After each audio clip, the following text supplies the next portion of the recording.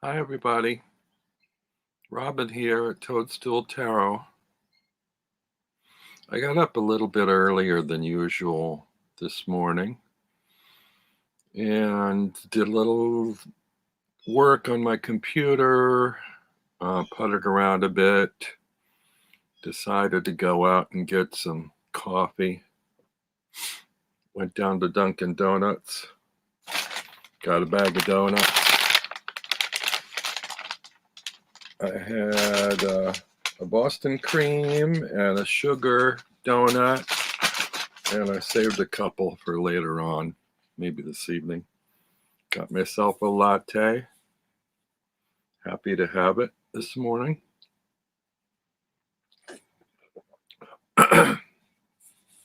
Always tastes better with a little cinnamon in it, I think. Maybe you'd like to join me. Do you have a beverage? I don't see anybody in the chat area yet. Oops.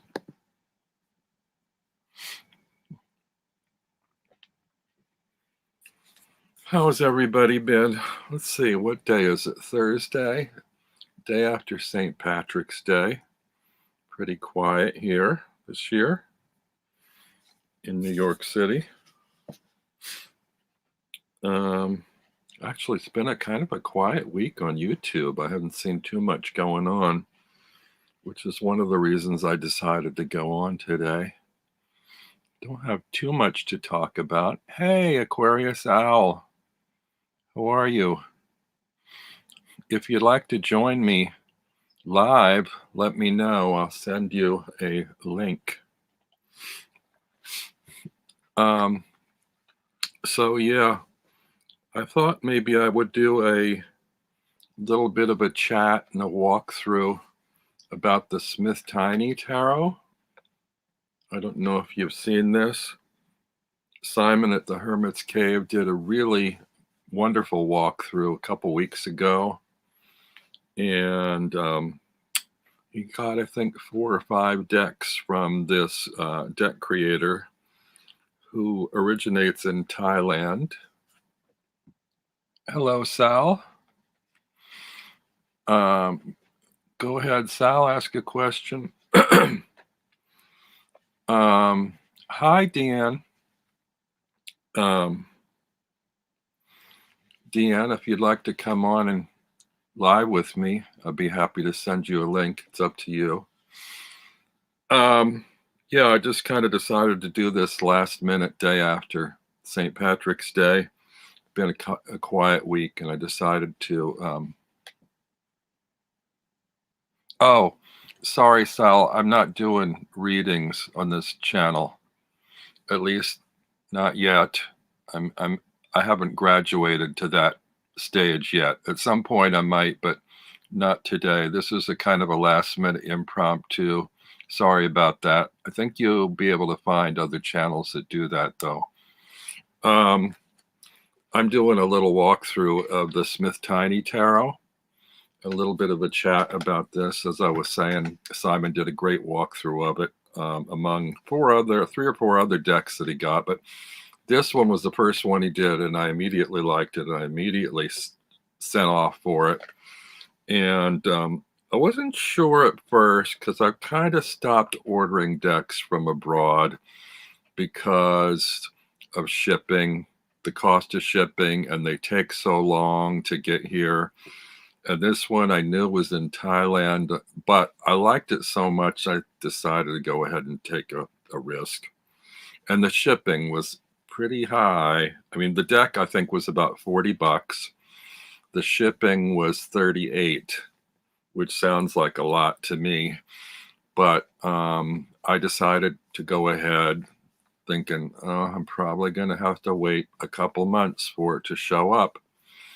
But happily, it only took a week to show up. So the $38 shipping was worth every penny for me to get it so quickly.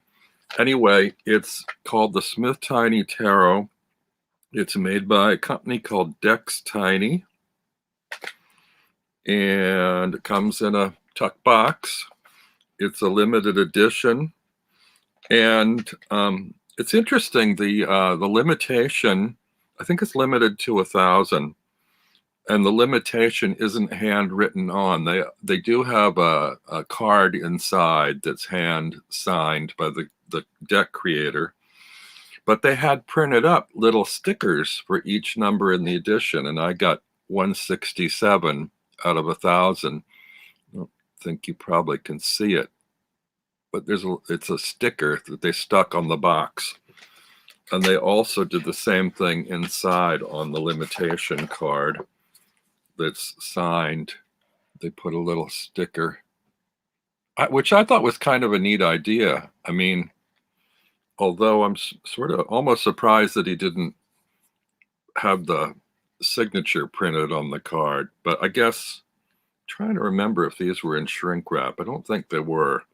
I think the box was, but I don't think the cards were, because this was inside the box and it was signed and stickered. You'd have to handle that separately, unless he did it and then shrink wrapped it and then put it in the box. But I doubt he did that for 1,000 copies of the deck.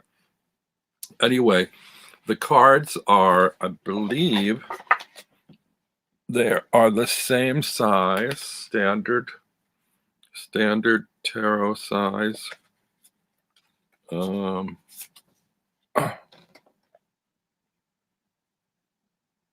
Yeah, same as the standard.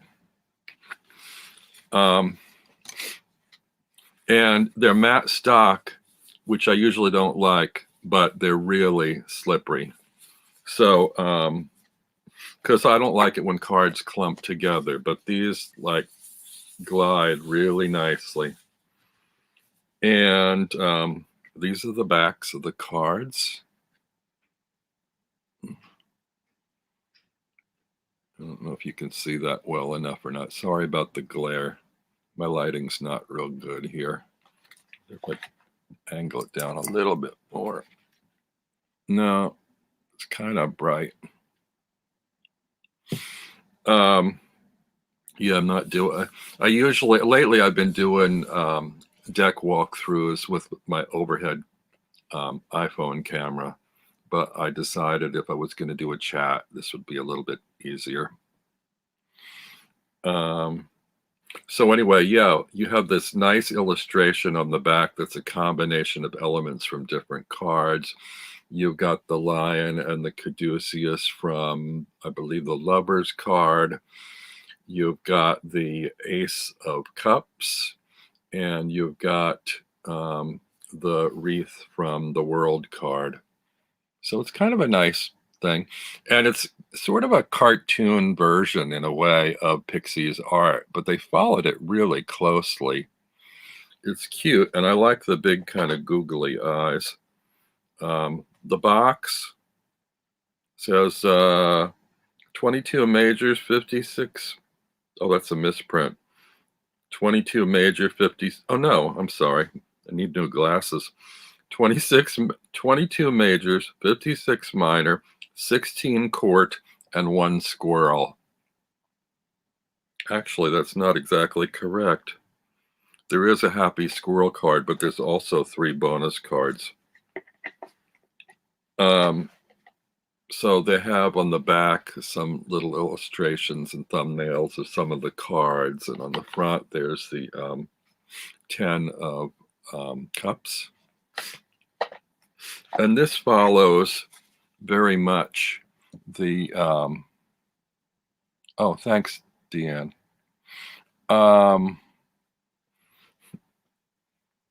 Does everybody have what? Thanks so much for the offer to come on, but I'm juggling breakfast and prep for work. Okay. Everybody have a coffee or something?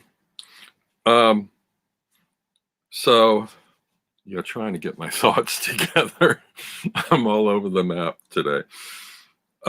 This deck comes edged, metallic red edging. I won't say it's gilt edge because it's not gold, it's metallic red. which is a novelty. I don't have any decks edged in metal or in red metal. That's kind of fun. There's the bonus cards. Here's a portrait of Pixie, Pamela Coleman Smith. And all the cards have these big blank black eyes, which is reminiscent. I don't know if anybody's old enough to remember, there was a comic strip in the newspapers called Nancy by Ernie Bushmiller, who had big eyes like that. I think there was another one called Dondi that also had eyes like that. And some of these remind me actually of the Tintin series of books. Here's the portrait of Arthur Edward Waite. That's the second bonus card. It's kind of nice. They have the deck, the artist, the author, and the place of publication for the original Rider-Waite-Smith deck. Here's William Ryder and Son, the building, I guess, that was located there. Those are the 3 bonus cards, which are fun. And then we have a happy squirrel, which is fun. I don't use them, but it's kind of fun, silly to have. And I have so many RWS decks, but I thought this would be a nice one to have because I like the look of the illustrations. The colors are really beautiful, and it's kind of lighthearted. All my decks are sort of serious, and I participated in a little group that wanted to do spreads featuring humorous or lighthearted decks, a couple weeks ago. And I realized I don't think I have any. So I got this, and now I have one. It does bring a smile to my face. Here's the Fool. There's a few with their eyes closed, but most of them have their eyes open. And these are amazingly accurate kind of comical representations of the art in Pixie's deck and have all the details down. I also love the little labels. It's kind of like a ribbon, but it looks like it's sort of wood grain ribbon. A nice bold font. And we have the Magician. Now, the only thing about this deck that I maybe have issues with, I'm not sure. I like that all these figures are sort of diminutive. Oh, hey, Kristen. All these figures are sort of diminutive, amusing figures. One thing I'm not keen on, though, is because they're diminutive and they look sort of childlike, there is, as you know, with Pixie's art, some nudity in her deck, which follows through here. And they treated the images the same way that Pixie treated hers. So they are adult figures, but because they look like children, it's a little unsettling to see the nudity. You have to kind of remind yourself that these are cartoon adults and not children. So you can see what I mean. If these are kids, then that's a little disturbing, but I don't think they're meant to be kids. It's just a little bit awkward, I think, in the depiction. But other than that, I don't have any issues with the deck, and I like how accurately the illustrator represented Pixie's art. In fact, I forgot to credit the illustrator. It's the author is Mate Horror Number. The artwork is Umsin Fumfat, and the artist is Petpodpot Petunzo. I probably said them all wrong. I don't know if you can see them. they're, I mean, they're Thai names, I guess. So I don't know. I want to give them credit, but it's a little difficult since I can't really pronounce them very well. I wasn't even. Oh, that's better. Maybe if I angle like that. I wasn't even going to do a walkthrough of this because I haven't done too many walkthroughs lately, and Simon did such a great job in his walkthrough that it almost seemed pointless for me to do one. But like I said, I haven't seen much on YouTube this week, and I thought it might be nice to have a little bit of a chat. So let's see. Kristen just rolled out of bed. She's not awake. Aquarius Owl loves how cute they are.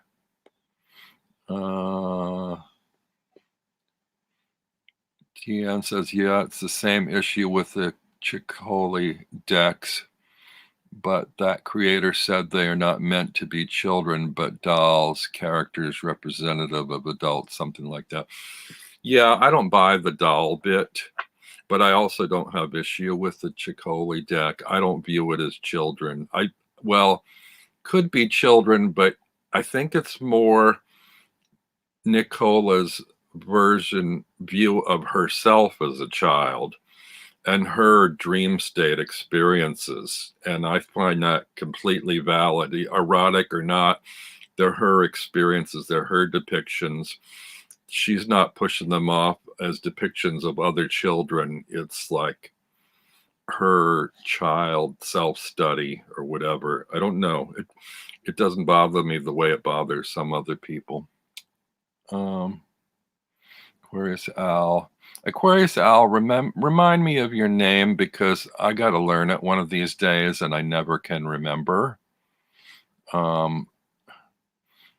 She loves walkthroughs from different people. Always like the different opinions. Yeah. Justice. Ugh. It's hard to do this backwards. Debbie. Okay. I have to try to commit that to memory, but my brain is like a sieve sometimes, Debbie, and if it goes right through, just keep reminding me. Takes me a few times before I remember. Hangman.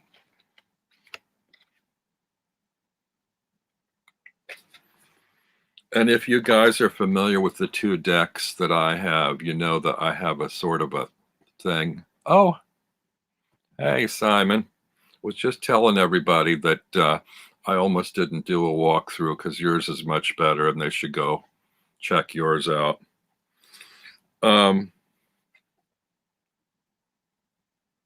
Kristen says a reminder of those little Hasbro toys I had as a kid. Some people said that they sort of remind them of like the little Lego figures too. Actually, Simon just came in. I wondered if he had any issues with it. He missed my comment about how, Simon, do you find the nude ones at all disturbing because they look like naked child figures with adult breasts and genitalia? It's a little weird. So I don't know. That's the only issue that I think is a kind of awkward. I think I almost could deal with the child nudity if they didn't have genitals and breasts, if it was sort of like a nondescript cartoon figure. But I don't know. But at the same time, I wouldn't want them kind of covered up because they did try to follow Pixie's designs. So it would be a little bit weird if they were censored, And here's another one. I don't know. Like I said, I just have to kind of view these as diminutive adults as opposed to naked children.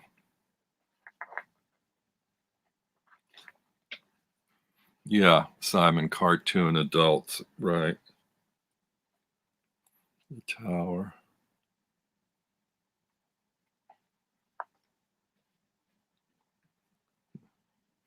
Simon, I'm surprised. Aren't you at work?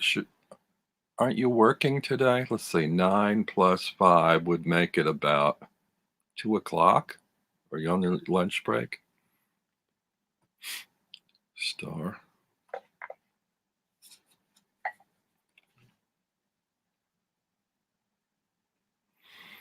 So yeah, I mean, I have so many RWS decks, but I really kind of wanted a light, happy, comical one, light-hearted one that I can use for lighter, happier readings than the sobering ones that I tend to do.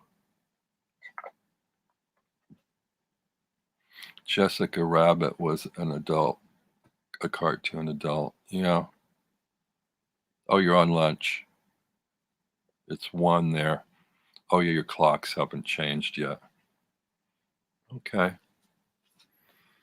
Are you still working from home or are you at school? There's the world. Then we get into the suits. I don't remember what order these are meant to be in. I have the pentacles first. I had been using them and then I reshuffled and reorganized them.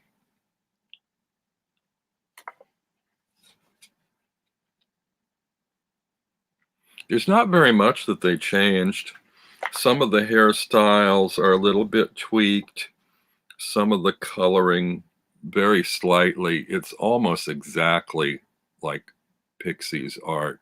In fact, I wonder how they did it. It almost looks like they traced it, except the figures have different dimensions to them than a regular sized adult. Oh, Simon's at work full time, 5 days a week now.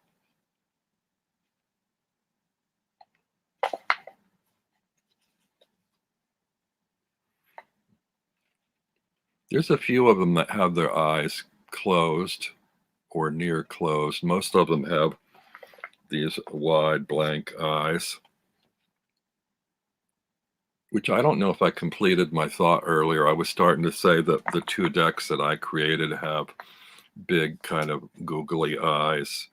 And so maybe that's another reason why this deck appealed to me. I'm not really sure. I don't know why that appeals to me. I never thought that was an issue I had or anything, but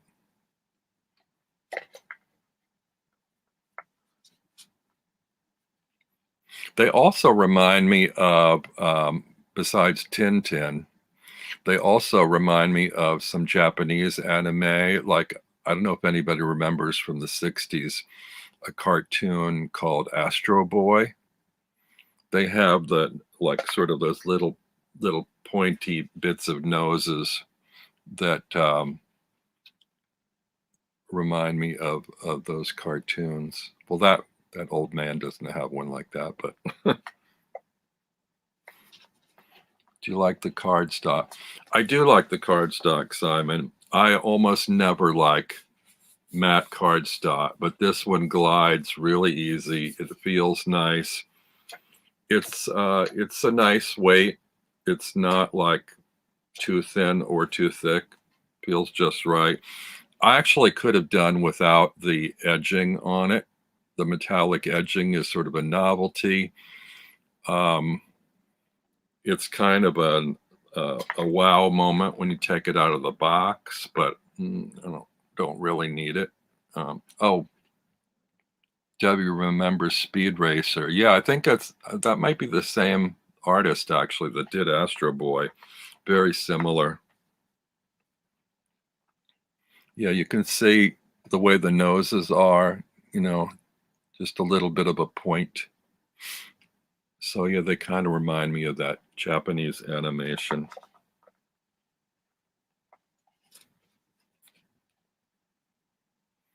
And I don't have any of the Tintin books, but I should probably look them up online to see if my memory holds true on those.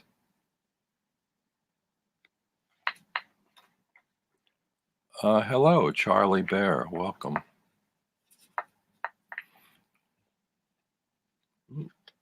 There we go.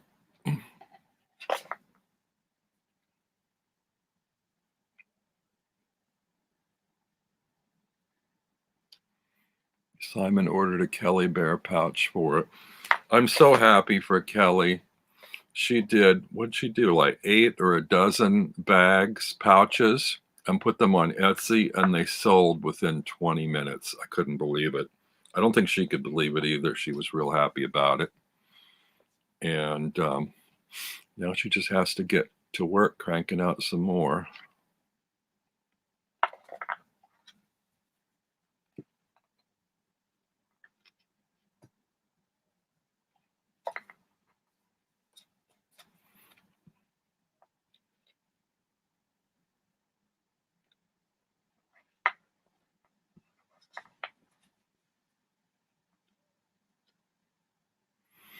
I'm tempted to have another donut, but I don't want to turn this into a mukbang.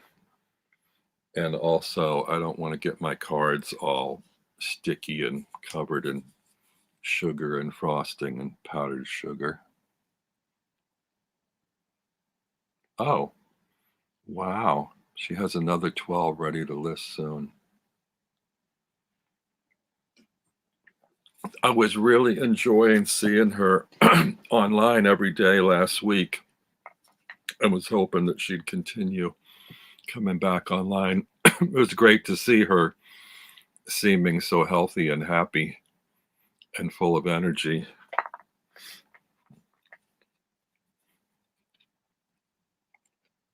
She made 24. Wow. And that's a lot because she does them all by hand. I don't believe she uses a sewing machine. I don't even know if she owns a sewing machine. At some point, I'll probably order one. I'm in no hurry, though. I know she's going to be doing them for a long time, and there are a lot of other people waiting to get them. Plus, because of Brexit and shipping and everything, I don't know how much they cost. It's probably a lot. I haven't looked into it, but I'm in no hurry, and everybody else is kind of scrambling to get them.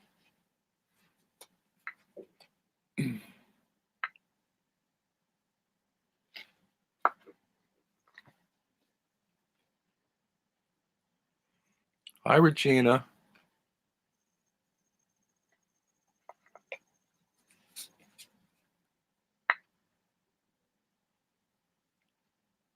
So it's really delightful how close these follow Pixie's art in composition and color, right down to the line work. It's really kind of amazing.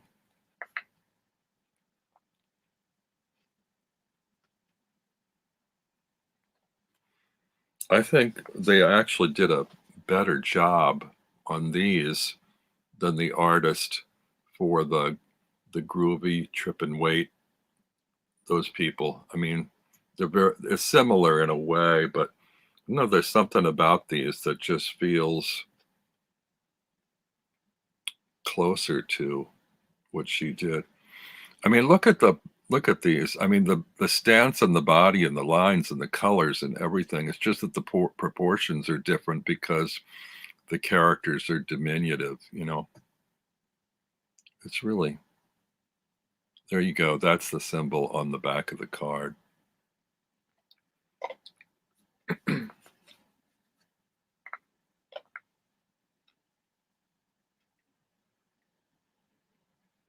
I think I said it was from the Lovers. Is that on the Lovers card too?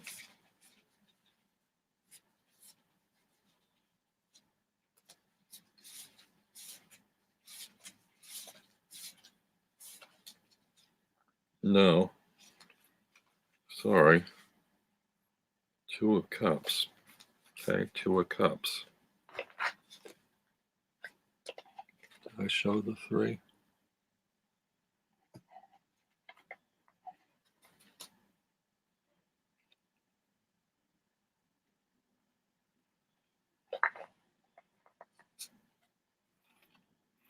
I wonder what the next novelty to come down the pike will be. This is the first red metal edge I've seen. So I don't know if there are metallic edges.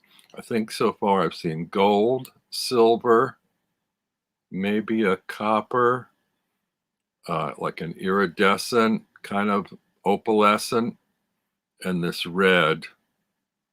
I don't know if there have been other colors.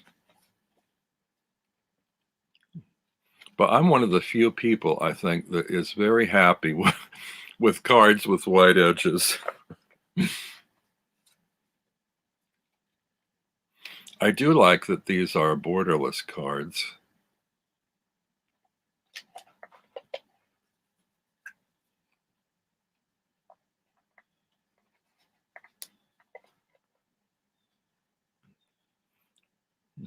Actually, I'm not sure that you guys are seeing anything new with me showing these to you, because even though it's in this particular art style, the images are so close and so familiar, they probably look like you've seen them dozens of times before already.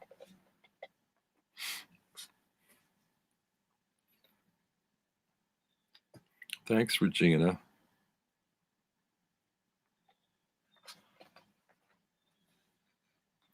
Kristen loves metallic edging until you actually touch them and it instantly starts to chip. These haven't chipped yet. They do have a kind of a sharp feel to the edge, but I don't know if that's from the metal or the card stock in general. Doesn't bother me. They don't have a lip on them. Sometimes when they punch out cards, they have a little bit of a almost raised or sharp curl or lip on the edge. These don't. They're very smooth, which is nice.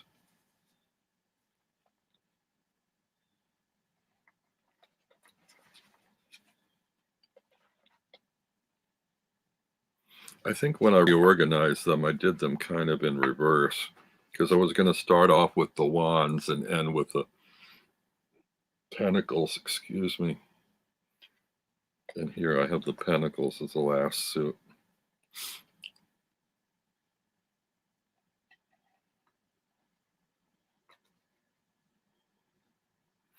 They even got the color of the sea right in this one.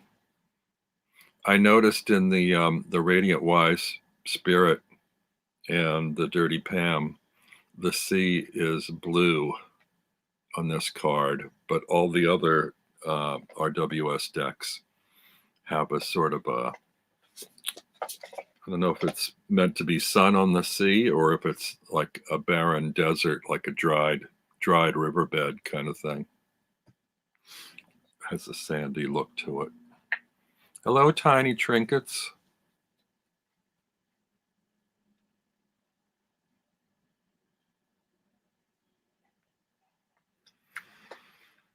So, like I said, this was limited to 1,000, and I don't know if I don't think I have the link anymore to give you to find it. They're, like I said, they're made in Thailand, and I wonder if it says on the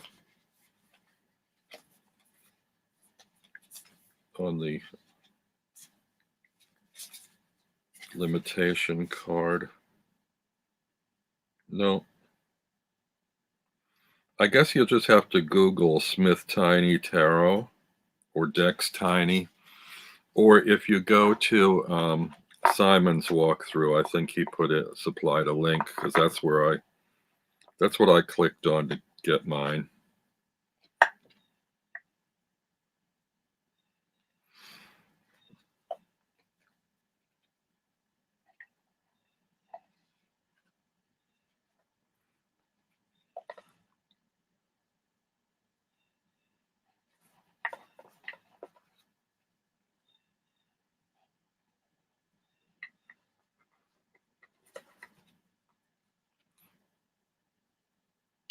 This is a little different. I think the hairstyle or color is a little different on that card.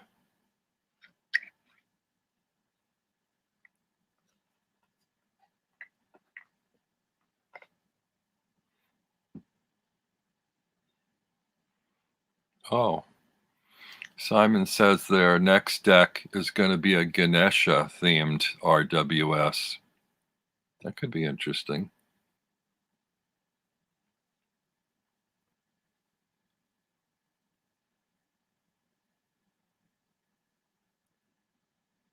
Hmm.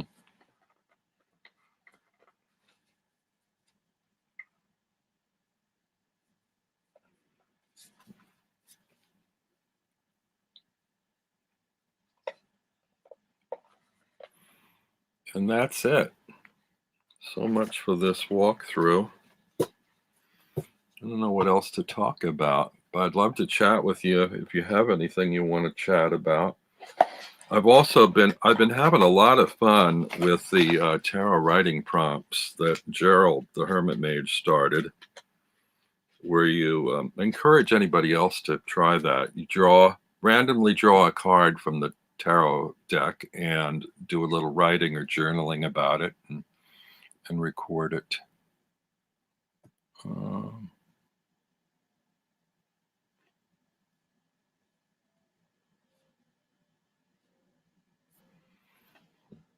What else is new? Well, I think I told you I got my Dirty Pam, which I'm really thrilled to have. This is now like right up there near the top of my list of favorite RWSs now. And I love the glossiness of the Radiant Wise Spirit. I love the feel of these. I'm not as keen on the minis.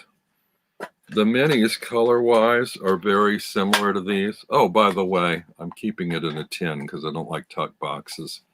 And I got these tins. This is something we could talk about. I just found these on Amazon. I don't remember what they're called. I don't have the link, but look up tarot tins. These have a little clear vinyl top to them.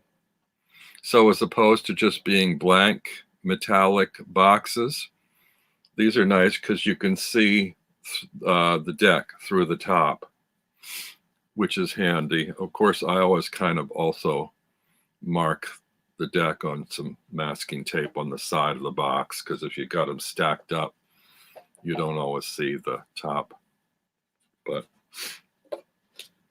But I just find it a lot easier to get decks in and out of tins than tuck boxes. Of course, it's twice as much real estate because you've got two boxes taking up space. But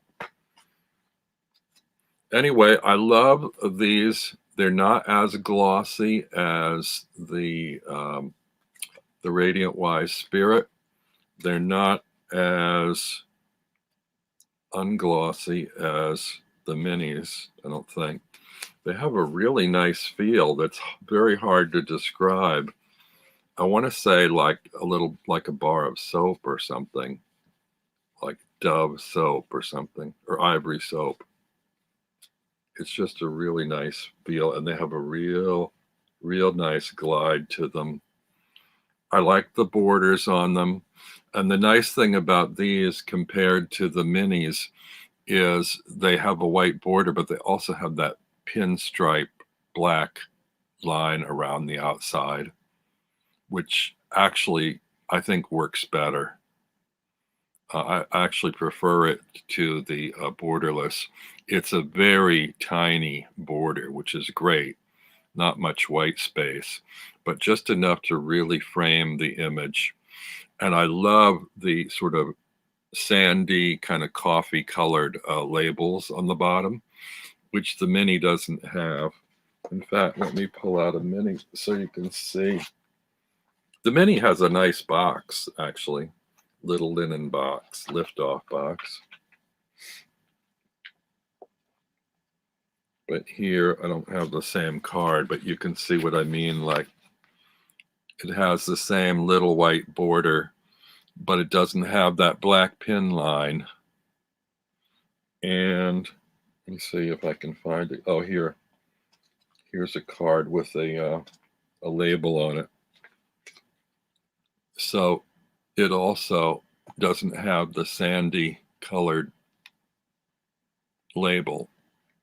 It's white, and I actually like the font better on the Dirty Pam compared to the one on the mini. They're not Pixie's font, either one of them, and they're both in all capitals, but somehow I think the one on the Dirty Pam looks better. Oh, and the mini has the number in the label, and the Dirty Pam has the number on the card. So I kind of like that better. But good luck finding it. And I want to thank again Melissa, who found this for me. Actually, she had 2 copies and sold me one of hers. I never quite know what to look for when looking for decks like this out of print on eBay. But I believe there are 2 versions of this box of this Pamela Coleman Smith RWS Tarot, which is the official name of the Dirty Pam. Dirty Pam being coined by Kelly Bear. And I believe the other one doesn't have this shading in the oval, and I think that maybe the color of the table is different. But other than that, I believe that the boxes look the same. The cards don't. So good luck if you're looking for a Dirty Pam. But oh, hi, Neem. Yeah, this was kind of a last minute thing. But I absolutely love these. I've been using them a lot. And anybody who knows me knows that I kind of fought these for a while. I like the darker, moodier imagery. The coloring of the cards is kind of moody, which suits me perfectly fine. The line work in the Radiant Wise Spirit seemed a little on the heavy side, kind of like it was done with a thick Sharpie. It doesn't feel quite the same on this version. It feels a little bit thinner. I think it works better. And I'm trying to find the card that I took issue with, that I rebelled against this deck for so long. I hope I didn't pass by it already. It's the yes, I must have. It's the 6 of Pence, I think, which I sort of think of as the charity card or the fairness card. And I had issues with it because there's a misprint on this deck, or all 3 versions of this deck. Here it is, where if you can see the strings on the scales, the lines are broken. And I read that symbolically. So it's like, hey, Pixie didn't intend that. That's a misprint. And so I wouldn't recommend this to a brand new newcomer to the RWS, because they may read that wrong. It's not that way in other RWS decks. In this deck, it's a broken string. But I recently came to a new way of reading this card, which is that even though this card is about justice, fairness, charity, and equity, charity or charitable work isn't always equitable, isn't always fair, as you can kind of see mirrored in the actions of this figure. One person is receiving coins, the other one is not. So that's a new way of me looking at those scales. The scales are broken, so they may not be equal. They may not be fair. If you have broken scales, you're not going to get an accurate weighing of the coins, just distribution of wealth. And that really bothered me, but it's sort of mirrored in the way that this figure is dealing with these two people. So, hi, Jamie.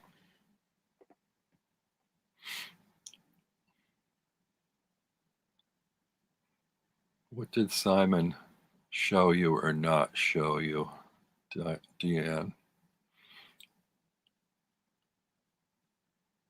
Goodbye, Tiny Trinkets. Hello, Ramya.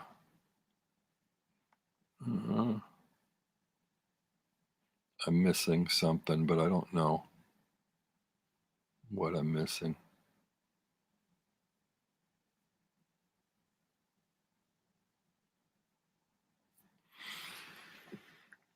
So, yeah, I don't know. Anybody have any questions or anything they want to talk about? Because otherwise, I don't know where to go from here. Oh, I actually have been thinking lately about opening a little Zoom room or something for people that are up in the night and want to talk tarot. So that's something that could be done. If you know my Facebook page, Robin Crutchfield on Facebook, send me a private message if that's something you're interested in, if you tend to be up during the night. I am often up strange hours between midnight and 6 a.m. when a lot of people are sleeping. So, yeah,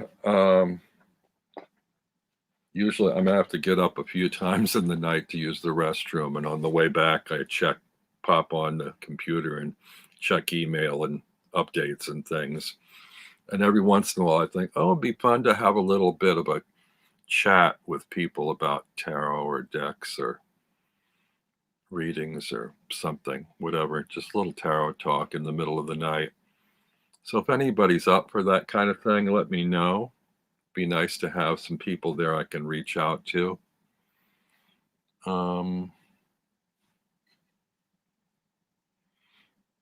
Candy, hello Candy. Soul likes my wall behind me. Well, yeah, it's full of junk. There's collectibles and art in frames and little porcelain doll kind of figures and stacks of books and butterflies. And I mean, there's all kinds of stuff I've collected over the last 4 or 5 decades that I've been here. Treasure, not junk, surely. Well, yeah, I guess. It appeals to me. I may not appeal to others. Will they say one man's trash is another man's treasure, or the other way around? Kristen says, if my husband's ever not home one night, which never happens, I would be up for that. I'd wake him right up if I did a Zoom. Well, I'm still hoping that you'll take your phone or your laptop down to your laundry room, Kristen. We can have a little chat from your laundry room. But I understand if you're in bed not wanting to traipse off to another part of the house to do that. Oh, hi, ZHHX. Hello. It's really nice that people are interested in having readings done. I'm not at that stage where I tend to do that yet. And I don't do it on my channel, so you must be new to my channel. I'm sorry about that. And I'm sure you can find lots of other channels more than willing to do readings for you. So I encourage you to look for them. Apologies, but I just, I don't do it. Would I ever do a tour? Well, I've considered it, but my place is such a mess that I'm not sure. I think people would be kind of horrified. But I do have an iPhone now, so I might. It'd be tricky if I can like aim it just right so as to not get the most egregious, cluttered, hoardish piles. Hey, B. Oh, bye, Simon. Back to work. um, yeah, I have. Well, like I said, I've been here, since 1978. So, I mean, and it really is cluttered and dusty. And I think Quentin Crisp said after the first 3 or 4 years, the dust doesn't get any deeper, which kind of I ascribe to. And it's such a Chinese puzzle now that, it's like all interlocking pieces. You can't really move things very well to clean. So my only hope is that the low income housing that I'm on a waiting list for comes through, that I can move and get a fresh, clean start somewhere. And when I do, I'll be able to keep better um, track of keeping my place clean and ordered. But yeah, this is just, 4 to 5 decades of accumulation. In fact, I kind of refer to this as the bus because it's like 8 by 23 feet with an aisle down the middle and shelves on both sides. So it's just a very narrow walkway down the middle of my apartment. It's a studio apartment, and exposed brick, which looks sort of rustic, but it's really kind of a rat hole. It's I'm comfortable with it though, I guess. The biggest issue for me is as I get older, the 4 flights of stairs in a walk-up building become more difficult each year. And the building that I'm waiting for has an elevator, so that will help. Kristen says 8 feet wide. That's like a shotgun house. I've never heard of that. Never heard of it referred to that way. We do have in New York a lot of what they call railroad houses, which are usually 3 or 4 rooms, like in a straight line, which is kind of what mine would be if it were longer and had wall divisions in it. It's just like one long rectangle. At one end, I have a funky little water closet that's it's a closet that doubles as a bathroom, which is really bizarre. There's like 2 little steps up to a closet door, and you open the closet door, and there's a rung up above with clothes hanging on it, and then underneath is a toilet. Very strange, very kind of old school, old world. I don't know.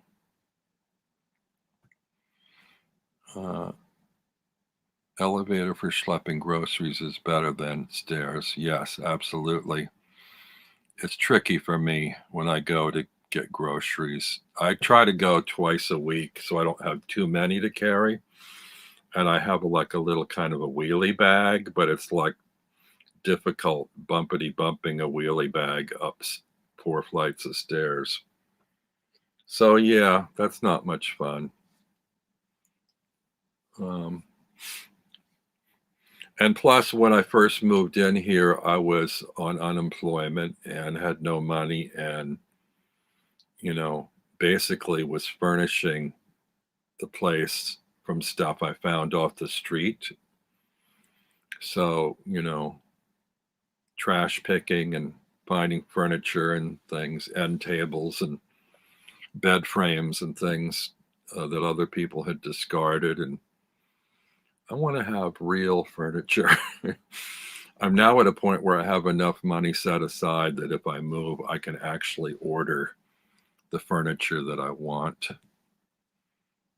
And what's something odd shaped or super inconvenient homes built out of old property disputes from settlement days? Split houses. Oh, I see. Shotgun houses common in New Orleans. What? One room after another. You have to walk through the bedrooms to get to the kitchen kind of arrangement. That's what they call railroad apartments here in the city. We used to have that.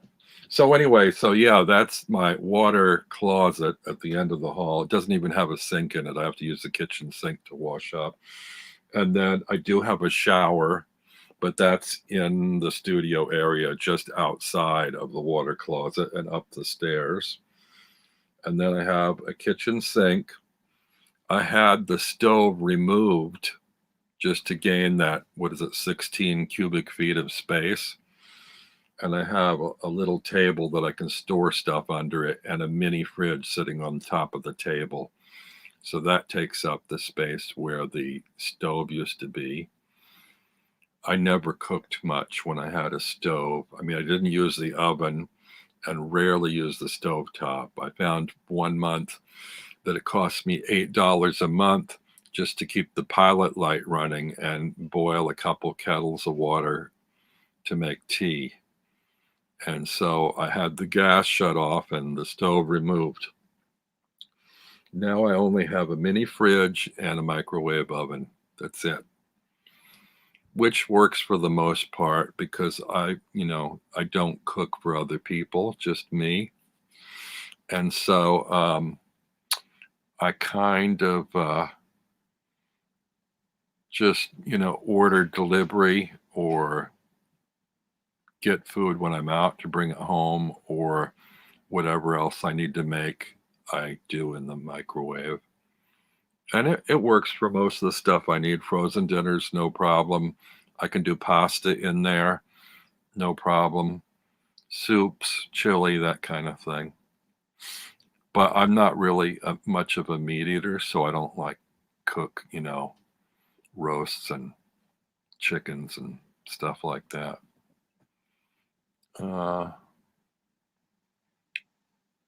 Deanne says, is there a timeline for the building you're waiting on? Oh, it's actually an artist colony in the West Village called Westbeth that's pretty well known.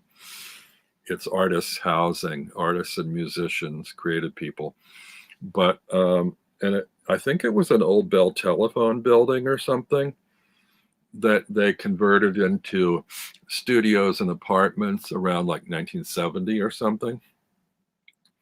And the waiting list had been closed for a long time, but they opened it a few years ago, and I happened to get in time. But it's like a lottery, and a lot of people applied for it.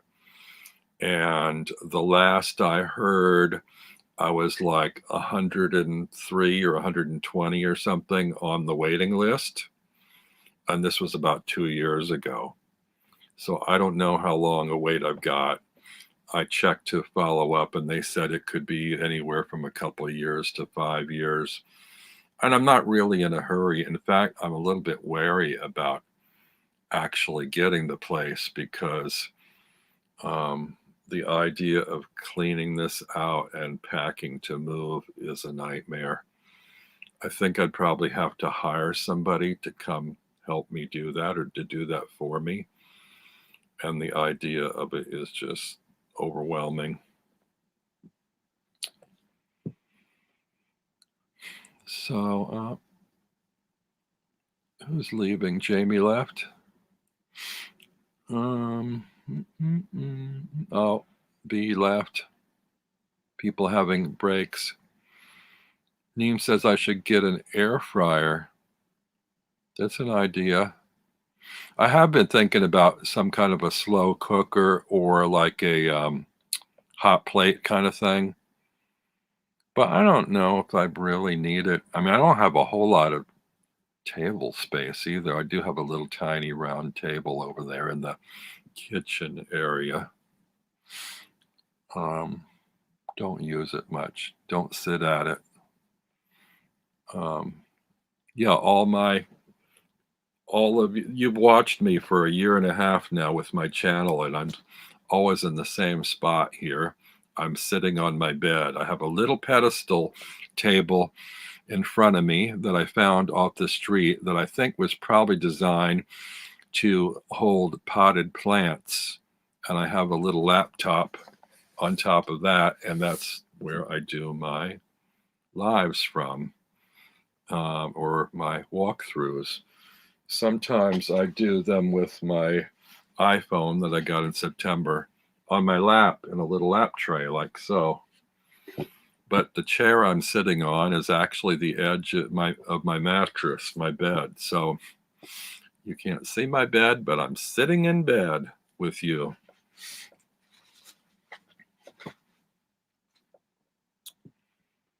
Oh.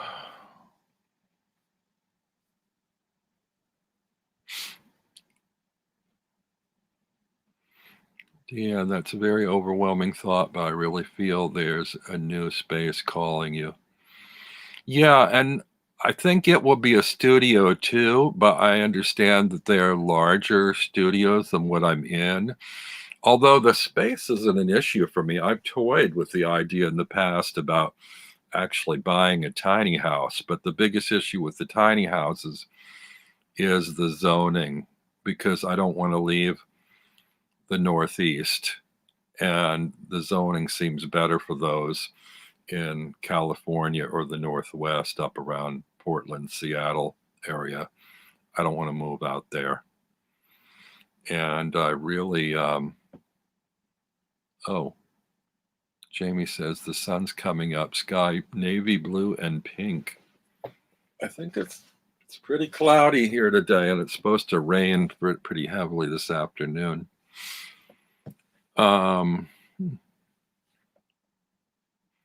One microwave meal I love is frozen stir-fry veggies, Uncle Ben's jasmine rice, and then whatever sauce you like. Yeah, I buy a lot of the pre-packaged Indian food packets, like masala lentils or something like that.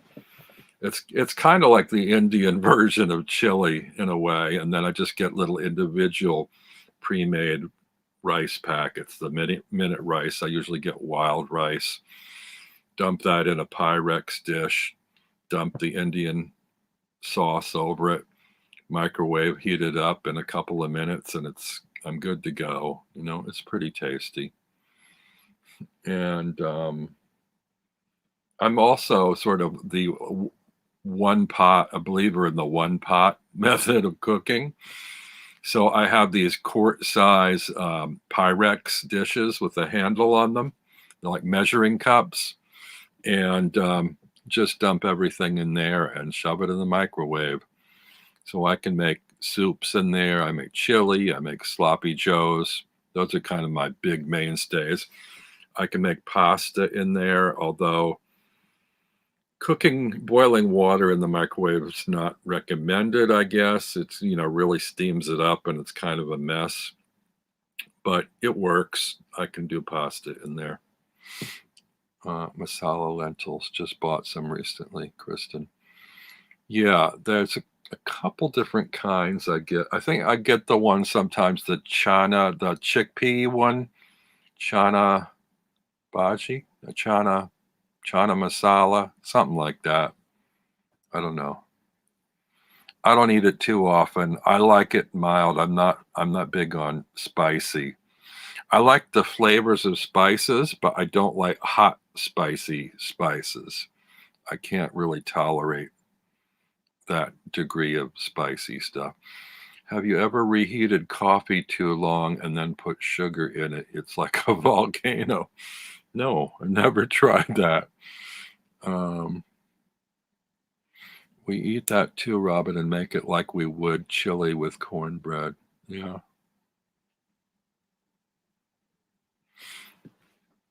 I like to make chili and soup. I tend to doctor stuff up.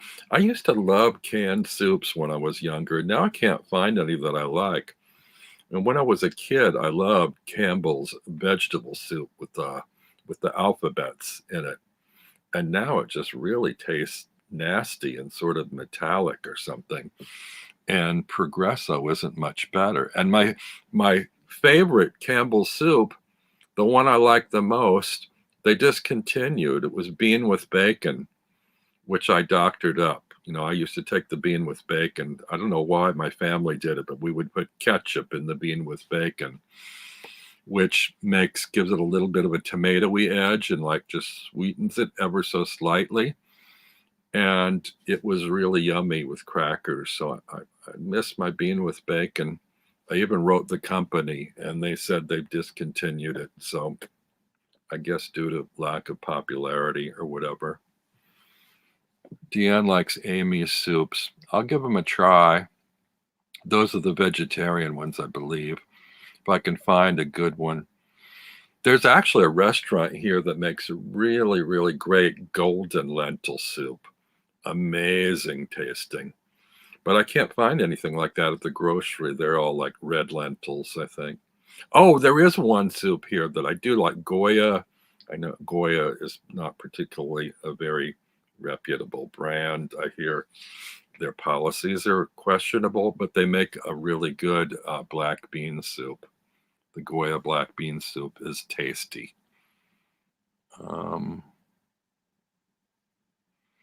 Jamie Eek, when I was a kid, I worked at the auction yard and Campbell's bought from the yard.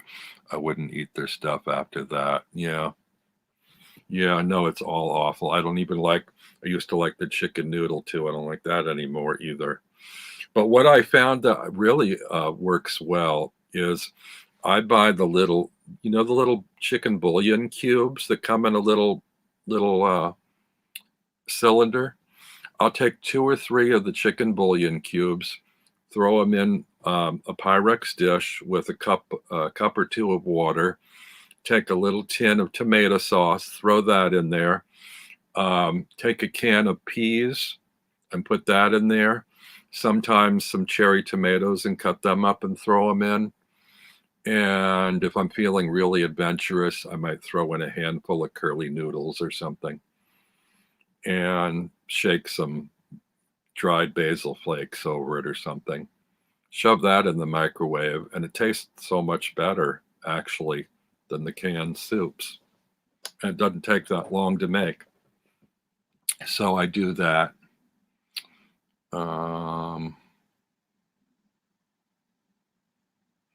Chili I like to make. I find that chili tastes better with the ground beef than vegetarian version, but so what I'll do is I'll brown up some ground beef, usually pour off the excess fat, throw in a can or 2 of tomato sauce, some red kidney beans. I don't usually keep onions or chop onions up. It would be good if I did. I know they would taste better, fresh onions. Sometimes I'll get the dried onion flakes and dump some of those in. Dash of garlic salt, a dash of chili powder. But I like to put in mushrooms, like canned mushrooms. Excuse me. Pour off the extra liquid from the mushrooms and put some sliced canned mushrooms in there. I like chili with mushrooms in it. And sometimes corn. Chili with corn in it can be good too. Deanne's obsessed with Amy's. You use chunky tomato for recipes because Max is allergic to spaghetti sauce. Oh, spaghetti sauce is another thing. I like ragu and I like Prego. I think is it De Classico or something isn't bad.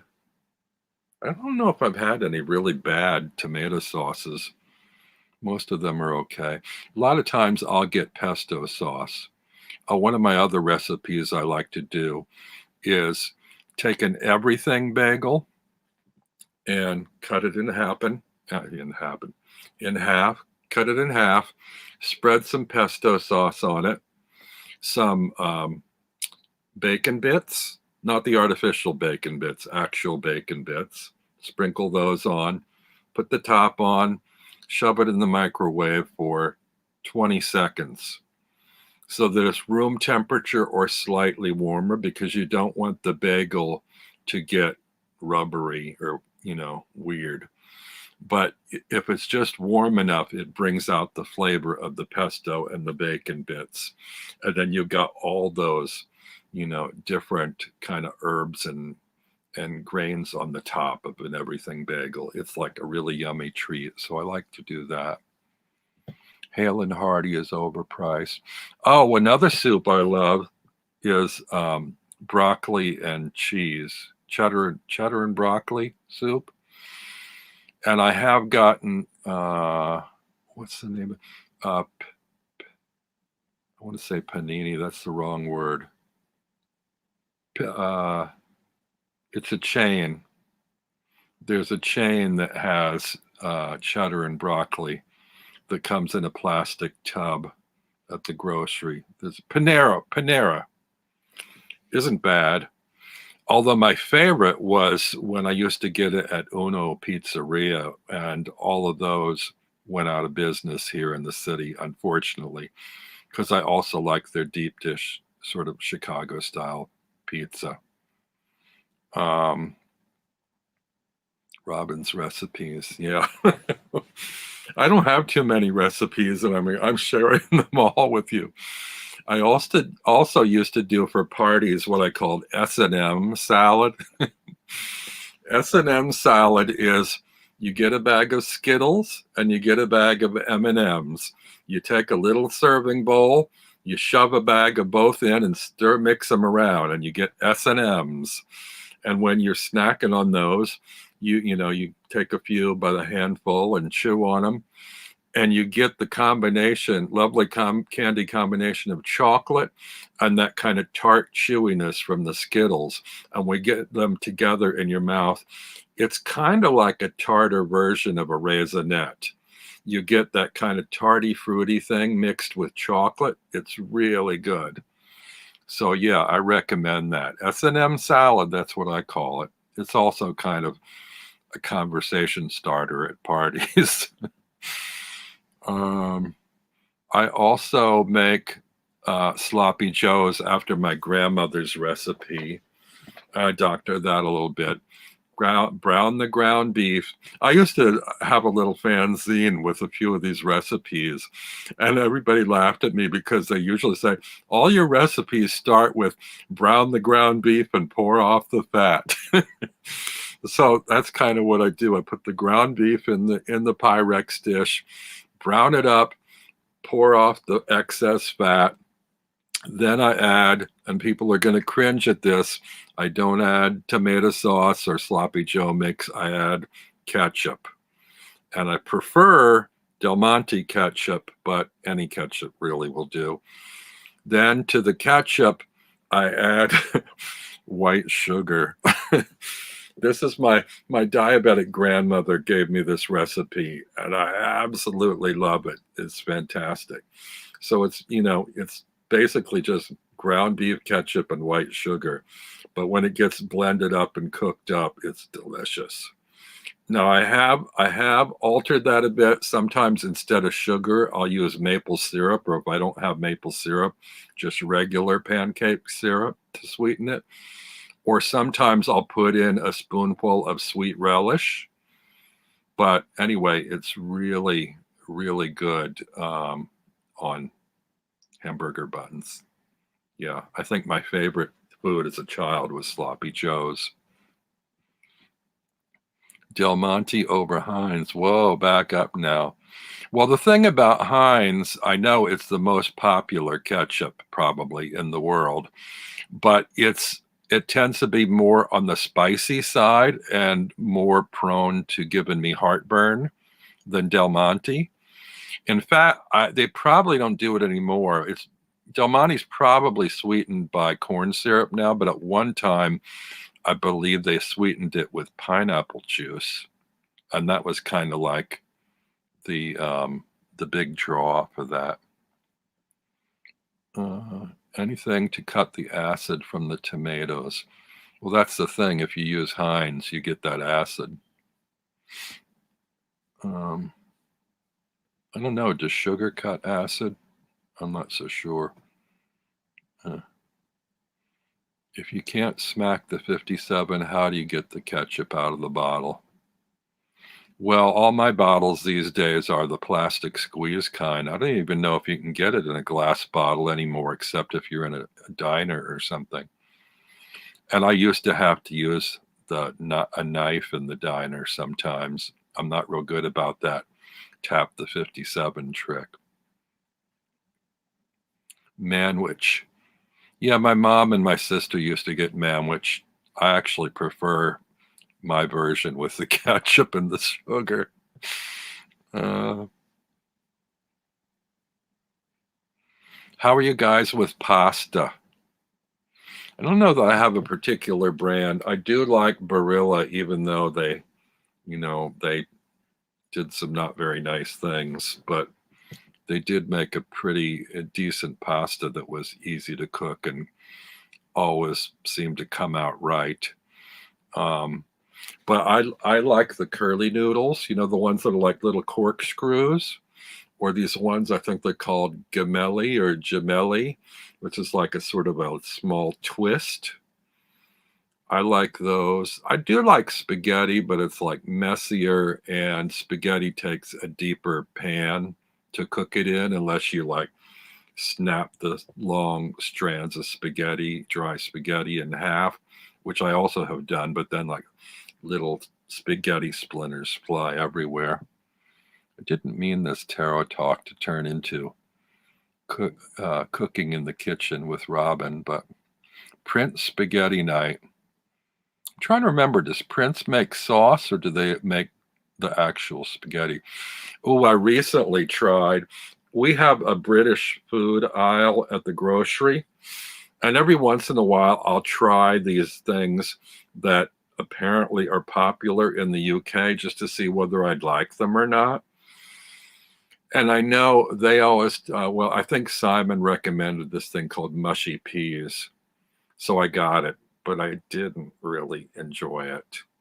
It's kind of like pureed peas, but not completely pureed. They're just kind of like mashed up. So they still have like the pea shell, or not shell, the pea skin in there or whatever, and some of the texture. It's not like a fine puree, and it has a really off-putting color to it.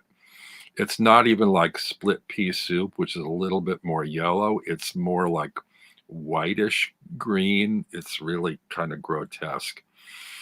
And then I also tried the Heinz beans, which I think is different than our Heinz beans.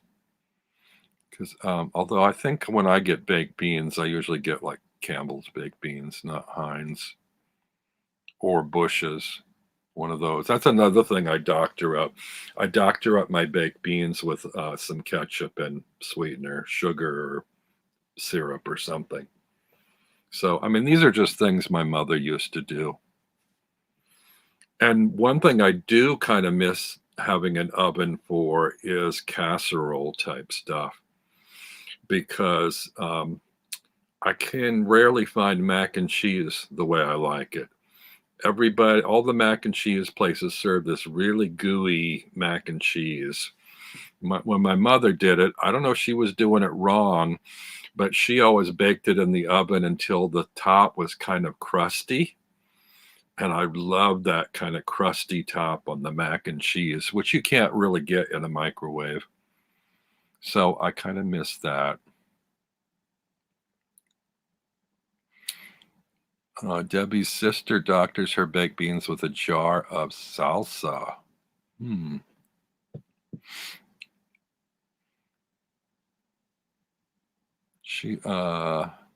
Jamie's the quick cook. Every shortcut she can take, she takes it. Doctor up most of my food, but I don't do from scratch, but it tastes like it. Yeah, that's kind of what I do.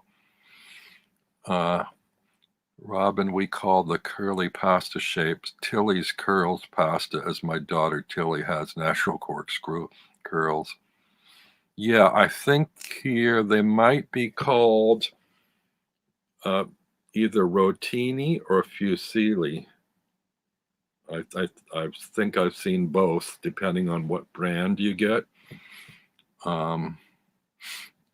Neem uses extra sharp cheddar, 4-state cheddar, and cheese whiz and heavy cream. That sounds really gooey. I did make it once for somebody at work.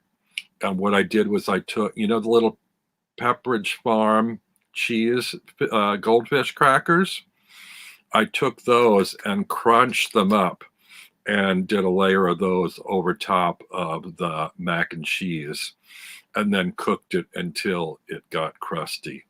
Although it didn't get particularly crusty in my microwave, but it did make a kind of a nice layer over the top. I also used to love these crackers called bacon thins, like bacon flavored crackers that they don't make anymore. All my favorite products go out of fashion and get deleted. But I love butterscotch pudding, which is hard to get in New York. I did find some finally in a grocery not too far away, so I was glad to find butterscotch pudding again. And I also love this spread for toast, honey butter. Downey makes this brand, Downey's honey butter, cinnamon. They make regular and one with cinnamon. I like the cinnamon one better. It's like blended honey and butter and cinnamon. It's so good. I can get it through Amazon online delivered, but I can't get it in the grocery here in this city. Prego Italian breadcrumbs on my mac and cheese. That sounds good. Shred cheese. Mom used to cube her cheese for mac and cheese.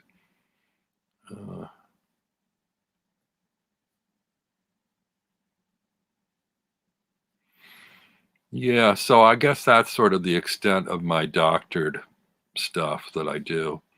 But yeah, all my stuff is one pot method. Oh, I know there is another one.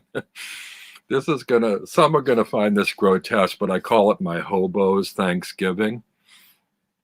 I take stovetop stuffing, which is my favorite part of Thanksgiving stuffing. I take stovetop stuffing, usually chicken flavored stovetop stuffing. I put in a can of tuna because when it's cooked up in the chicken flavored stuffing, it doesn't taste like tuna anymore. It takes on the chicken flavor. And then I sometimes fold in a can of peas, and I'll get a big thing of Jarlsberg cheese and put that in there, break it up and put that in. And it's really good. That's kind of like if I'm depressed or I'm home alone on Thanksgiving, I don't cook a Thanksgiving meal or anybody to cook for me. I'll have my hobo's or homeless man's, Thanksgiving dinner, which is basically glorified stovetop stuffing. It's yummy though. I mean, that's my comfort food. Stovetop stuffing with melted cheese in it and tuna and peas. I got my vegetable, I got my stuffing, I got my meat, I got my dairy all in one. So there you go. It's good. Cream corn. Cream corn, although it's better is as a casserole than just cooked in the microwave. But take cream corn, add a ton of butter in it and some Ritz crackers, or you can use saltine crackers. If you do it as a casserole, it's best to sort of layer or mix that stuff in, shove it in the oven until it gets kind of crispy. But, I can do it in the microwave and it works pretty well. I think you can also use those oyster crackers too. But yeah, I love stovetop stuffing. I am craving halushki right now. I don't know what halushki is. Lasagna. Oh, I like lasagna. I never make lasagna. I've been buying that Stouffer's lasagna, and actually, of all the frozen foods I've encountered, that one is the best. I find it's a decent lasagna. I think I did find one that had like it was like an extra meat one or two different kinds of meat or something I didn't like because it had like cubed meat in it. And I hate like chicken pot pie I like, but I don't like the little rubber cube chicken bits in there. And the lasagna that I had with the extra meat had these little cubes of beef in it that I didn't like. But if I'm going to have ground meat in my lasagna, I want it to be ground meat. But yeah, I really like the Stouffer's one. Somebody tell me what halushki is. Oh, it's egg noodles and fried cabbage and onion with a ton of butter and salt. That actually sounds good. I wonder if they have that at Veselka. We have a couple Ukrainian and Polish places here in New York, and my favorite thing, probably my favorite dish of any, is stuffed cabbage. I don't make it, but I can get it, at those places over in the East Village. I haven't had any in a while. They do deliver, but it's like pretty expensive to get delivery over here from there. How long have I been on for? An hour and a half almost. I should probably go off pretty soon. See how my computer's doing. Not too bad. I had trouble. I don't know whether I told you a couple weeks ago. I'm sitting here in my apartment. Oh, my TV died a few weeks ago, and I found out I can watch most of my shows on my laptop computer. So I haven't replaced my TV. But between my email and Facebook and YouTube and television, I had my computer going all day one day.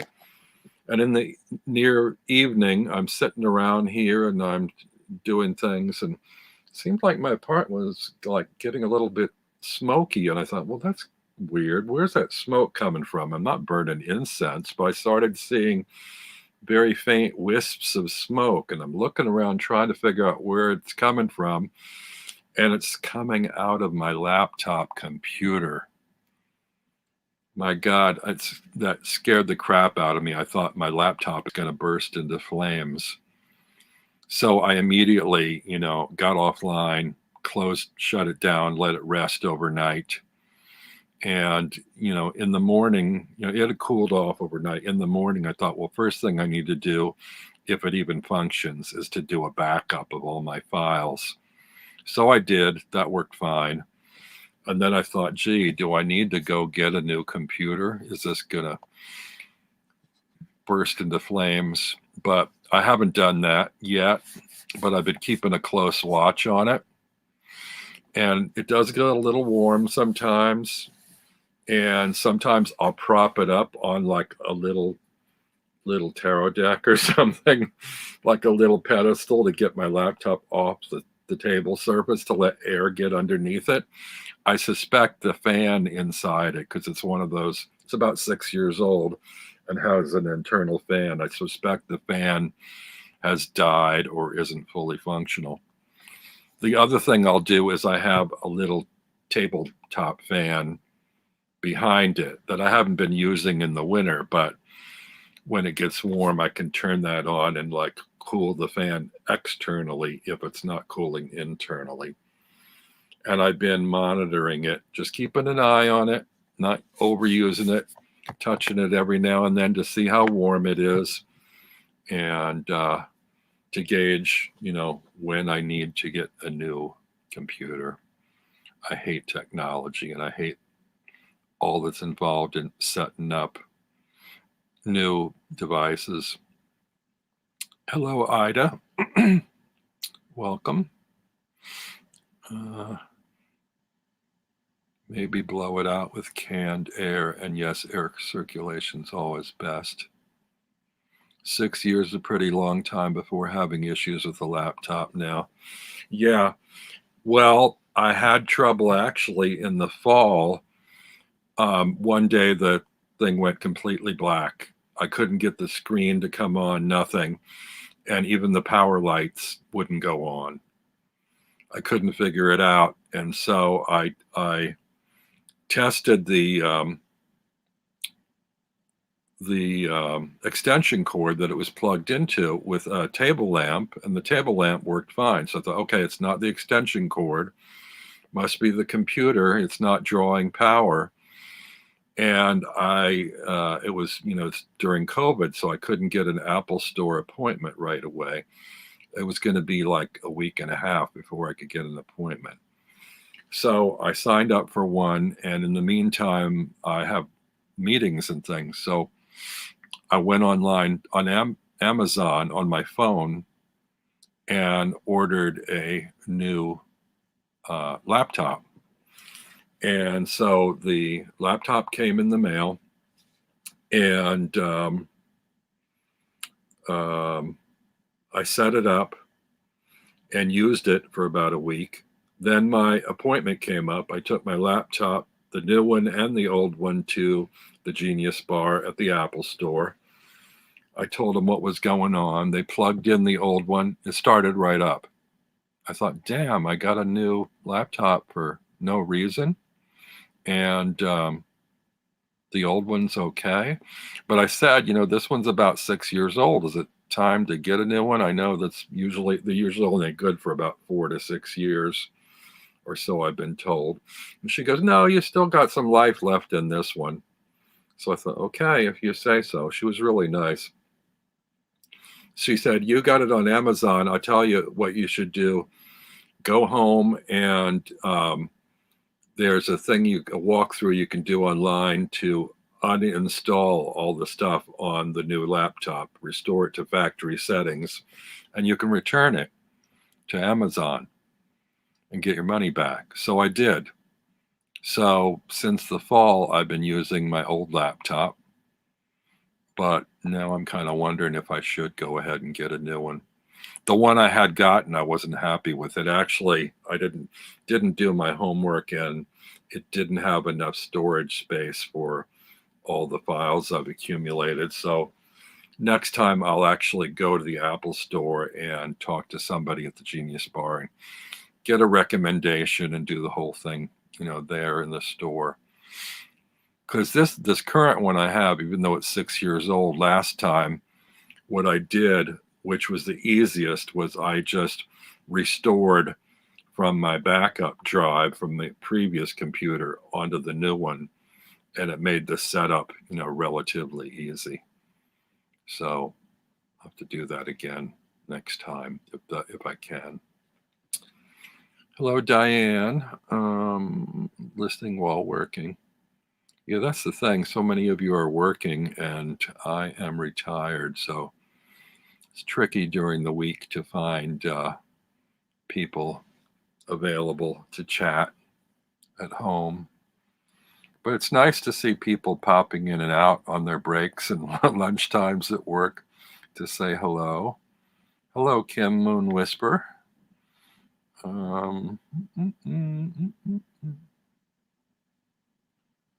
Well, Jamie, I wish your husband was here to fix mine for me. Yeah, I need somebody in my life that's good with technical stuff. I hate all that.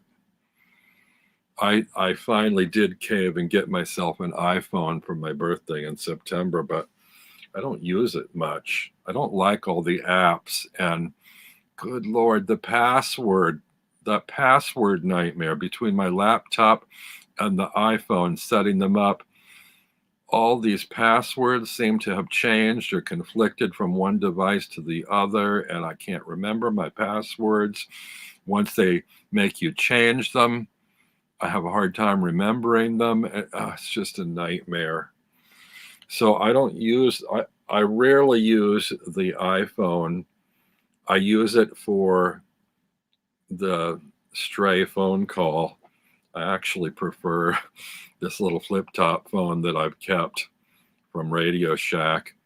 It's a Virgin Mobile pay-as-you-go phone. I prefer that for phone calls, actually, to my smartphone. The iPhone I use sometimes to talk on, but I don't really enjoy it. I use it to take photographs or shoot overhead video walkthroughs of. And the thing I love it for most is the Kindle app. I like to read books on it because I like page turners, you know. And on an iPhone with the Kindle app, all books are page turners because there's not that many words you can fit on a page. And it seems to encourage you to read more when you can keep turning pages. You feel like you're kind of making progress. So, yeah. Jamie misses a phone that fits in her pocket. Yeah, my flip phone fits in my pocket. I see they have these new ones now. I can't remember who makes them, that the flip phones are coming back, but they have a flip phone that's a smartphone, and somehow it's a glass screen that actually opens up flat. I guess it's got some kind of a weird split or hinge in the middle that will open. I'm not sure how they work, but I think I checked and they were about $1,400, and I'm not doing that.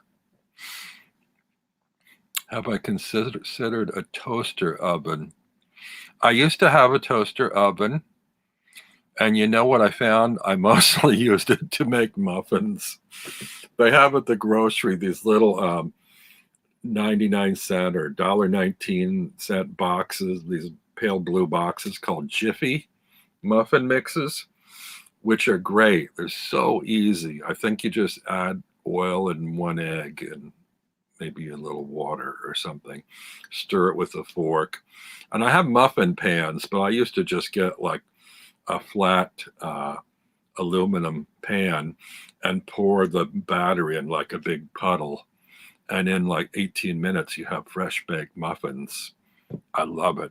I love muffins like warm and fresh right out of the oven. But I don't know. I had that toaster oven for maybe a year and a half, and then it just kind of conked out on me, and I haven't replaced it. So, oh, that's the cornbread you use. Never been a big fan of cornbread. I think because it has all the ones I've had that kind of gritty texture in it. That's kind of almost sandy or something, and I don't like that. I like corn and corn flavor, but I don't like the grit of corn muffins, and I don't like the little kernels in popcorn. I love the whites in popcorn, and I love caramel corn, but I don't like the little shells or hard bits that, you know, bust your teeth or get stuck between your teeth. Corn pone. I've never had corn pone. Is that like grits or something? Yeah, the little Jiffy boxes. The blueberry muffin one is good, and I've had the banana one, I think. I think those are the only two I've had. I don't know how many flavors they have. They're so easy to make and so fast. And really unfussy if you don't care about them being in little mini cupcake shapes. Just, you know, do a big tray of them and cut out squares, or I don't even bother with that since it's just me.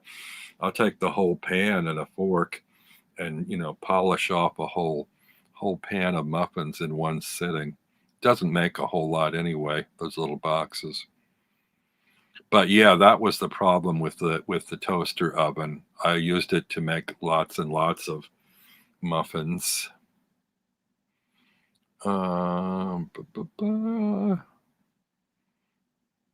Yeah, they are pretty cheap. I think it was like $30 or thereabouts.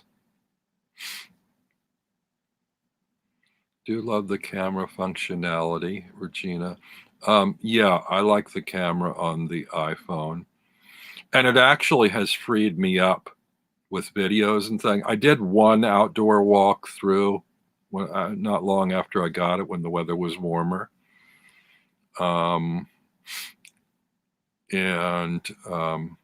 Maybe I will do. I should think about doing a tour of my apartment. Ugh, I shudder to think what people are going to make of it when they see. But I mean, I do have some interesting collectibles here that are worth looking at. Excuse me. I shouldn't have had those donuts. I still have more donuts left. I went overboard this morning because I like the cream-filled donuts, but they rarely have them. You know that white cream filling, and they're powdered sugar, and that powdered sugar gets everywhere. I can't eat a powdered sugar donut without coming out a mess. But I got one of those. I got a couple of Sugar Rays because I like kind of granular sugar donuts, and they rarely have those there. And I like chocolate frosted, but they always put these jimmies or some like little colored doodads on their chocolate frosted donuts, and I don't like them. I just want the chocolate frosting. But they do have Boston creams, so I got a couple Boston creams. So that's good, the chocolate frosting, and I like the custard cream in the Boston cream donuts. But they never pack them right. They'll throw them in the sack.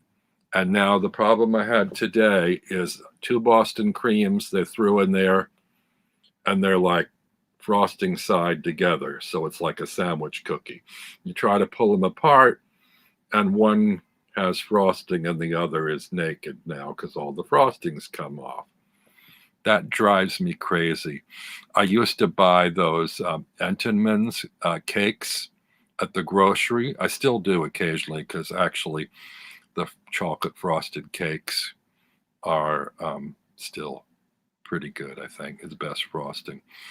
And but I would have these cashiers, they'd go and pack your bag, and they'd throw the cake in sideways on its side.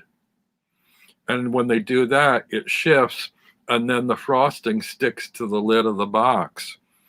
I mean, at one time I did get angry, and I pulled it out, and I said, "Here, I don't want this. You can have it back. Would you serve a cake like this to guests with the frosting that they had to scrape off the lid of the box?" It's just, I don't know what the logic is behind that. But lately, poor food packing at a drive-through really irks me. Yeah. So yeah, it's mostly frosting issues for me now that I think about it, between the cakes and the donuts, or cupcakes is another issue. But some places are good about them, and also now a lot of them have these individual plastic containers that, as long as they're upright, they're safe in there. They're not like tumbled around in a bag. Oh, another thing is pizza. If you get pizza from a takeout place and you only get 2 or maybe only 3 slices, they'll put them in a paper bag for you. They won't put them in a box. And then, like depending on how hot it is, the cheese gets kind of fused together, and you go to pull a slice out and your cheese comes off the slice of pizza. You end up with a piece of crust with some tomato sauce, and then another slice with 2 slices worth of cheese on it. It's just a mess. Yeah, I know these are like first world issues. Deanne. Frosting issues, cheese issues. Oh, oh my gosh. Well, gang, I probably should let you all go. I don't know. You probably have other things to do. I'm taking up all your time talking about idiotic stuff. I've been a little over an hour and a half, I think. Yeah, I think. No, yeah. Oh, yeah. I went on before 9, like 8:50. So yeah, I've been on longer than that. And I have a writing class today. And I think Chris Kelly is doing a live walkthrough and conversation with Jessie Driscoll about her Crystal Skull tarot, which I don't have.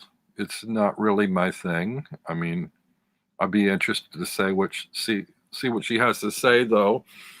I would actually like at some point to do some kind of a StreamYard session with other deck creators regardless of how any of us feel about each other's decks, I'd like to have conversations with people about the process of creating decks, because having done that myself, I find the process and the research and the creation of the deck really intriguing and informing.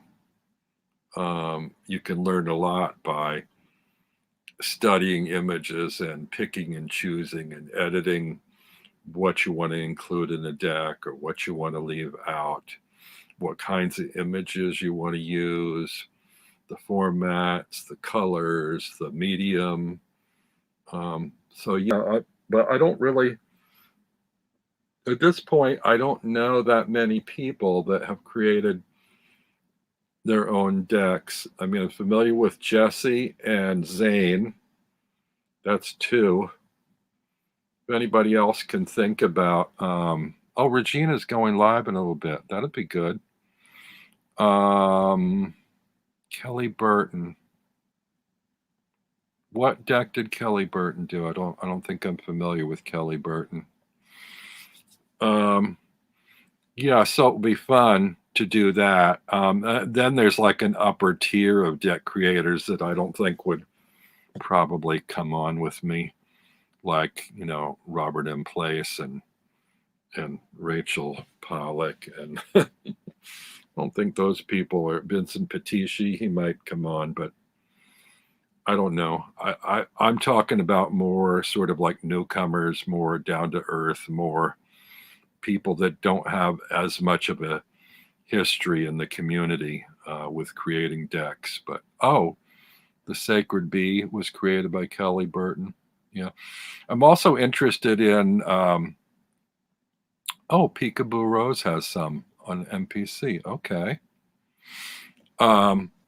Yeah, I like the idea of like really cheap and easy methods, quick methods of making decks. And a lot of people go through the whole business end with Kickstarters and, you know, special packaging and shipping and all that. I decided I couldn't handle that. And so I just did mine through MPC and let them handle all the billing and the orders and stuff.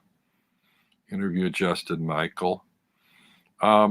There's a thought. I mean, he's working on a deck. Maybe when he's done with his deck, or I guess I could while he's still working on it.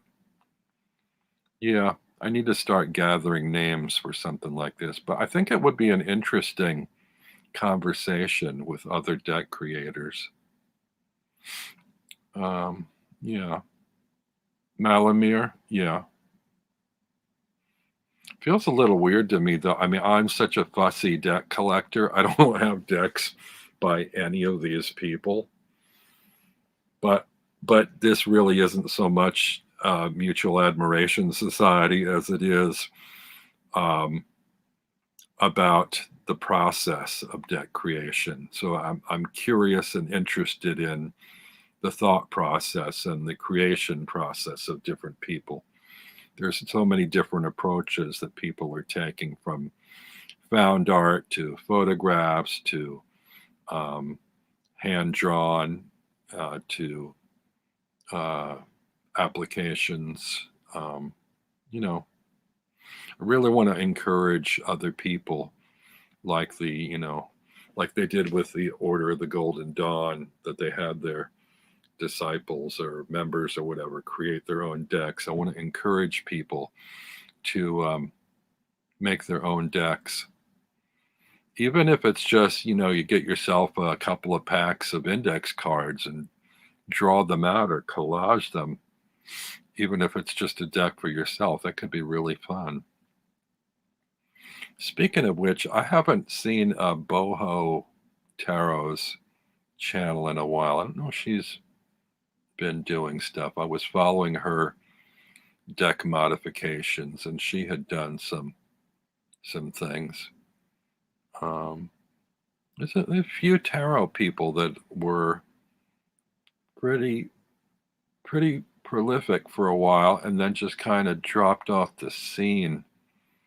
I haven't seen or heard anything from Sarah of Waterchild Tarot in a month or two. I hope she's okay. I should check. Oh dear. Deanne, I would love that. Have so many ideas, but don't know the nuts and bolts of how. We should have like an online tarot creating class.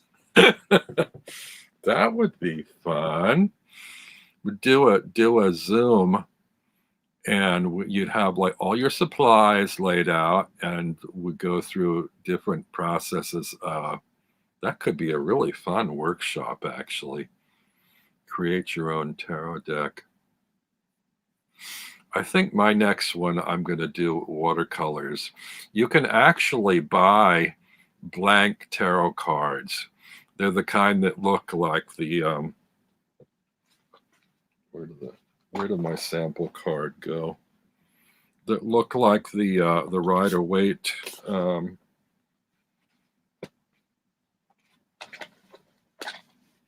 No, I can't find it. You know, the blue plaid card. Oh, there it is. In fact, this is one.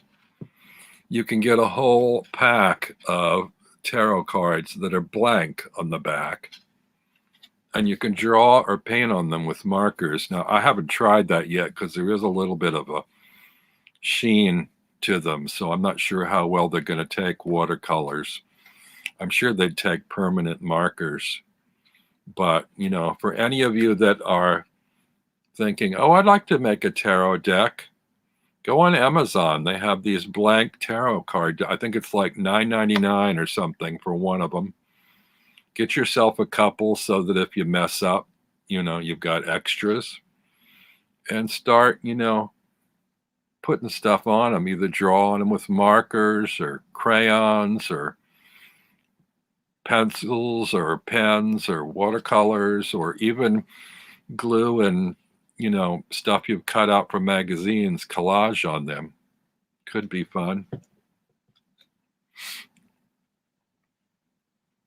Deanne, you could do that with your son. You could work on, both of you could make a project together. The Deanne and Max tarot deck. Wouldn't that be fun? I know Neris's son sometimes does little readings or interpretations of tarot cards. It's interesting to get insights from less familiar people. Hey, Brant. Says I should try gouache. It performs like watercolor, but it's opaque and works on more laminated papers. Good to know. Sakura Aqualip and Glaze pens are waterproof and glossy, and I love those pens. Oh, I forgot. Diane works with a lot of different mediums.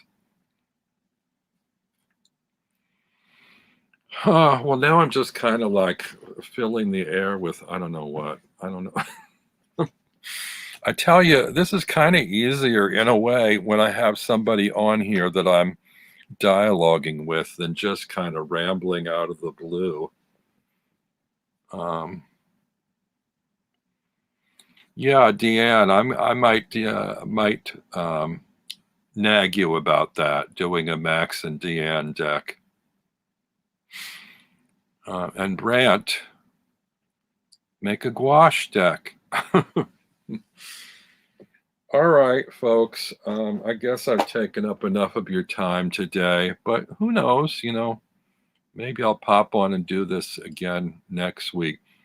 I was thinking of it yesterday, like Wednesday is actually a really good day for me in the morning. Nobody seems to do anything on Wednesday, as far as I can tell, early in the day.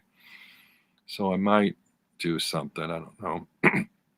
Also, as I said before, I think I mentioned, if you private message me on my Facebook page, I'm trying to get together some middle of the night tarot folks, like a tarot talk club for people with insomnia that want to just jabber in the middle of the night, have conversations about tarot. No particular direction or, you know, plan in mind, just, you know, because they can't sleep. talking about new decks or new spreads or whatever they want to talk about. So I think that could be fun, and I'd enjoy having conversations in the night. And if any of you want to have a chat like that, you're always invited to message me. If I happen to be up and I happen to be up for chatting, I'll Facebook video chat with you, or I'll do a Zoom or something. All right. Oh, you had a headache. Did I get rid of your headache, or did I make it worse? Okay. I think I'm going to go and have another donut if I don't have to scrape the frosting off the inside of the bag. I'll see you all again soon, I hope. Thanks for joining me today. Goodbye.